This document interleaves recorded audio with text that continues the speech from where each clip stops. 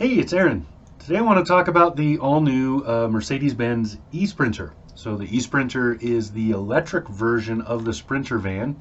I've driven a Sprinter van in the past a couple of times and really liked it. My kids especially liked it because we had it.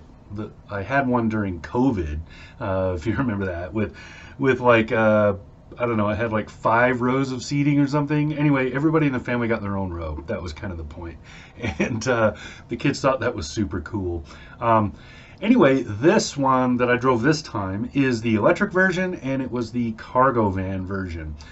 So it only comes in one configuration for 2024. That will change in 25. They will add the larger version. So if this one wasn't big enough, there's an even bigger one. So the configuration for this is long wheelbase with a high roof and a large battery pack. It's 113 kilowatt hours. I don't remember that is the usable capacity, sorry. So that's a lot. Next year there will be a smaller version available with I believe it's 81 kilowatt hour pack. So if you don't need that much, and if you need a smaller one, say you're going to make a camping rig or something, maybe that's what you need. The range for this 113 kilowatt hour pack is about 273 miles in this configuration. Real world, you're probably going to get closer to 225, 230, and that's because the range estimation, of course, is not accounting for anything like high winds or crosswinds or any of the other things that are going to greatly affect this van. I was able to get really good out of it, and was able to go to, it got from Cheyenne to Denver using about 140 miles of its range. And that's the actual drive for that is a little under 100 miles. So that's pretty good because there's a lot of crosswind along I-25, especially the northern portion of it in Colorado. So that was really awesome. The interior is huge as far as the cargo space goes. The one that I had came with cargo in it. It had a big box that had a bunch of weight in it.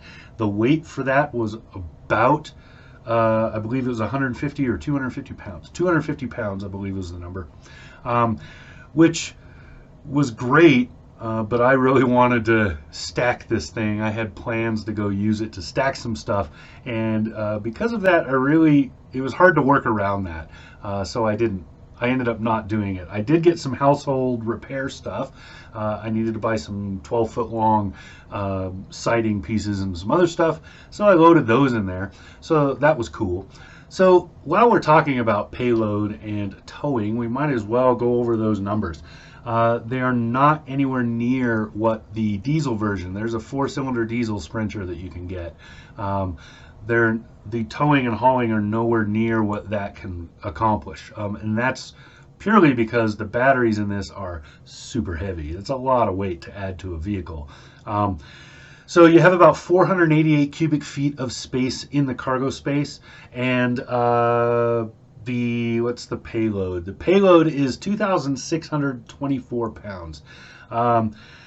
That's half a ton less. So that's about 1,200 pounds less than the diesel. And then the towing is at 4,277 pounds, which is right on the cusp of being either useful or completely useless. I count 5,000 pounds as kind of that's where towing is really actually becoming useful. Up to that point, you're really just going to be pulling around really lightweight stuff or just using the tow hitch to attach more cargo or other stuff on the back. And for a van like this, that last point is kind of useless. So yeah, that's 700 pounds less than the diesel, and the diesel models towing, like I said, for me just kind of barely encroaches into the useful category. Once you add a trailer and you start trying to put things on there, that means a trailer that can have stuff, but it does not mean a trailer that can haul another vehicle or a useful machine. So a trailer with a Bobcat could maybe be towed by this, but you're going to be pushing that a little bit with that. So that kind of gives you an idea of where you're, these are disappointing numbers to me. I would like to see better than that.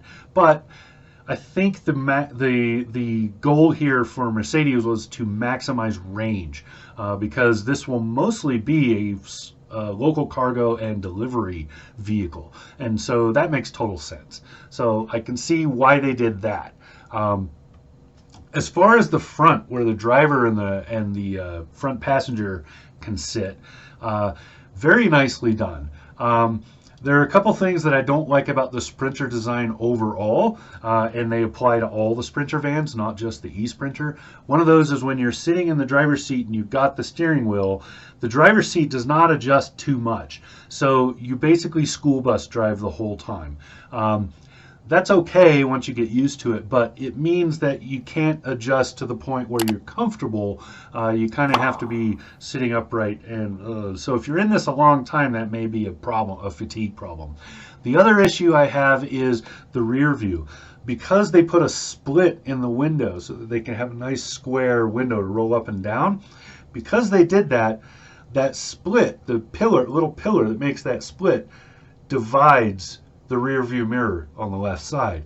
That's super annoying. Either adjust the rear view so that it's not in that split, or get rid of the split, because that's a big problem when you're can be a big problem when you're just trying to glance over and keep track of traffic and other things, let alone when you're backing up and stuff. The upside for backing up, by the way, is that this does come with a rear view camera option. So you can have a camera on the top of the back of the van, and you can see, so you basically have a backup camera like you would in your car.